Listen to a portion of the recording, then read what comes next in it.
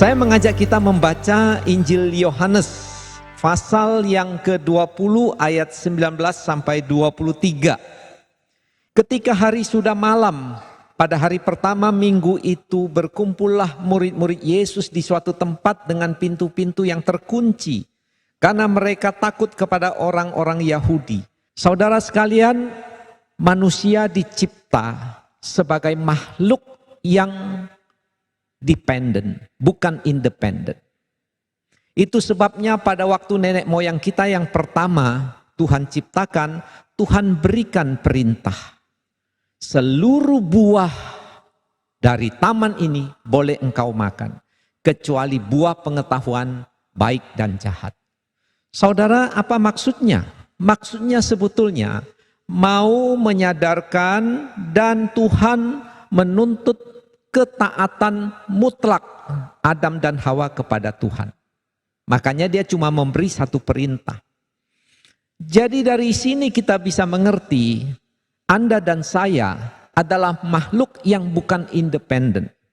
Kita makhluk yang dependen. Kita bergantung kepada keluarga. Kita bergantung pada sesama kita. Dan terutama kita bergantung kepada Tuhan. Nah, karena itu ada perasaan takut. Manusia pertama takut, hormat kepada Tuhan. Tetapi setelah kejatuhan manusia pertama ke dalam dosa, maka ketakutan itu menjadi liar. Tidak takut Tuhan, tapi takutnya kepada apa? Kepada kerusakan alam, kepada kejahatan sesama, pada penderitaan dan lain sebagainya.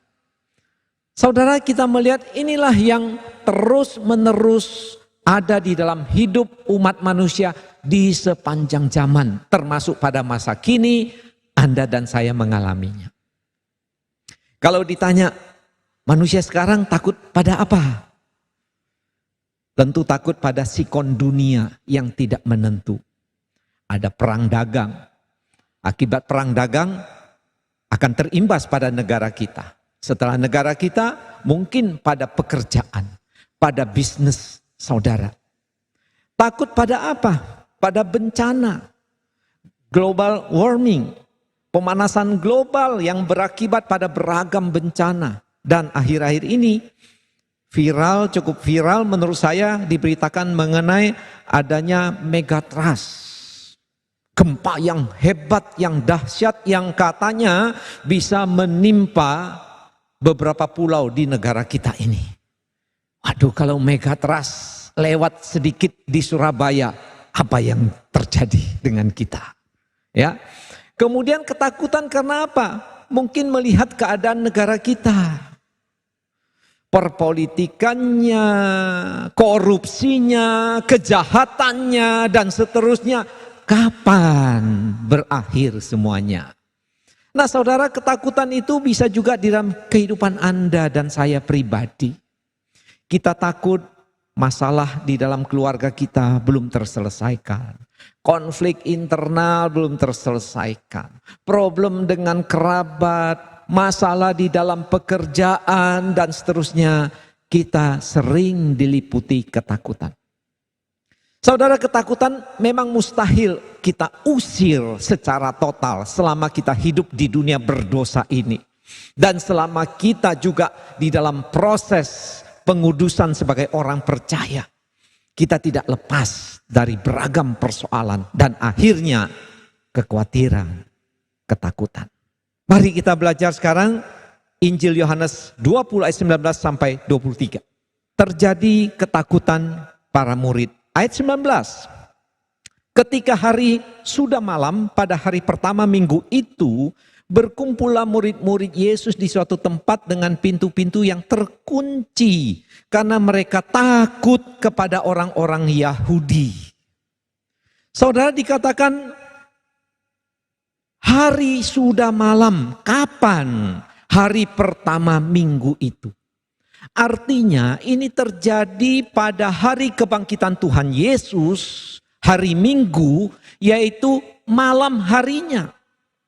Bagaimana kronologi terjadinya kebangkitan Tuhan Yesus itu? Sampai kita melihat cerita di dalam teks ini. Saudara sekalian, Tuhan Yesus bangkit dimulai dengan batu besar digulingkan oleh malaikat. Maka para prajurit sangat ketakutan karena meterai terobek, batu terguling.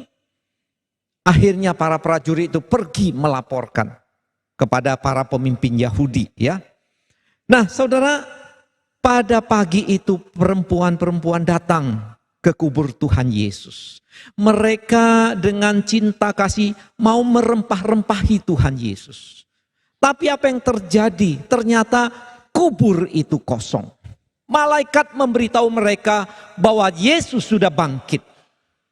Para perempuan itu mereka berlari pulang, memberitahukan kepada para rasul. Yang paling cepat larinya pulangnya Maria Magdalena. Setelah dia sampai, dia beritahu kepada Petrus dan Yohanes. Rasul Petrus dan Yohanes datang melihat kubur itu. Yohanes lebih dulu karena dia lebih muda, dia lebih cekatan. Ketika dia melihat kubur kosong, dia percaya Yesus sudah bangkit. Petrus juga melihat, setelah itu mereka pulang.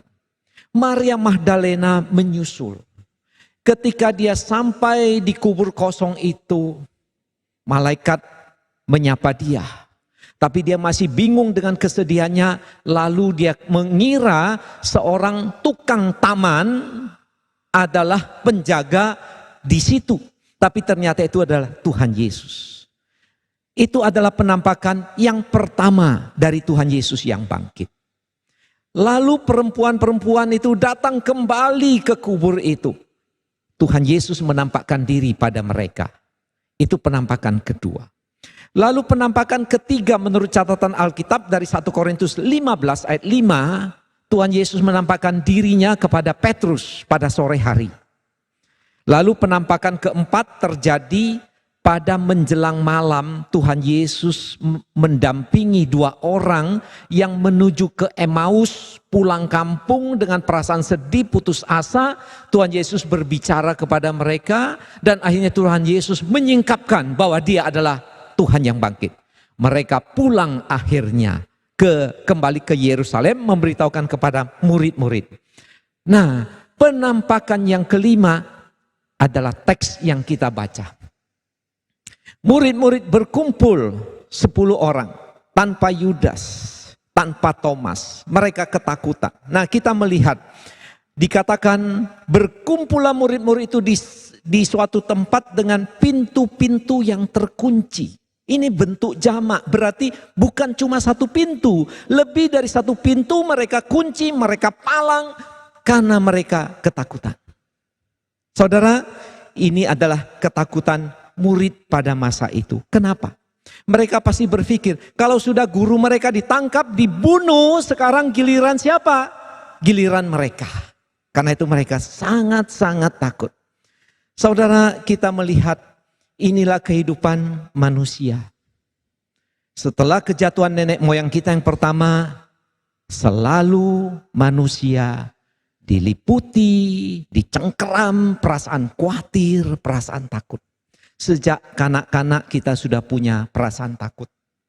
Pada waktu lampu padam, papa, mama, ya. Pada waktu mungkin terpisah dari orang tua di mal, papa, mama nangis. Menginjak remaja, takut lagi, ya. Saya cukup ganteng apa enggak? Ya, cukup cantik apa enggak? Aduh, jerawatnya kok muncul ya, bikin jelek ini, bingung cari obatnya gimana. Kenapa? Bagaimana supaya saya bisa diterima oleh teman-teman saya? Perasaan takut. Masuk masa pemuda, takutnya selesai enggak? Enggak, takut lagi.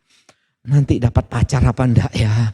Dapat jodoh apa enggak ya? Lalu bagaimana masa depannya ya? Mau menikah itu gimana mengurusnya ya? Waduh, bingung, serba ribet, takut lagi, saudara.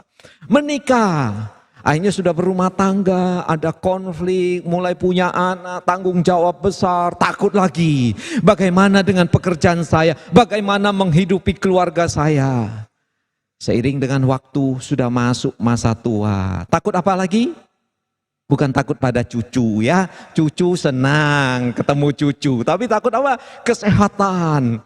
Periksa kesehatan, aduh kolesterolnya tinggi. Periksa kesehatan, aduh tensinya tinggi. Saya ketemu baru-baru ini dengan seorang tua, waduh terus pakai arloji tapi bukan arloji biasa saudara. Tapi arloji untuk mengukur tensi darah gitu ya. Jadi lihat terus setiap waktu bagaimana. Saudara, itu kehidupan kita sekalian. Takut, takut, takut, khawatir, khawatir. Saya tahu ada seorang bapak dulu pada waktu peristiwa 1998. Karena khawatir, takut. Anaknya sudah dikirim ke Amerika tapi bagaimana ya ini.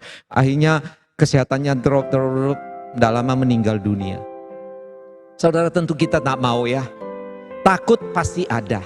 Tetapi takut sewajarnya tidak menguasai, tidak mendominasi hidup kita. Sehingga pikiran kita lumpuh, semangat hidup ini menjadi loyo, menjadi layu.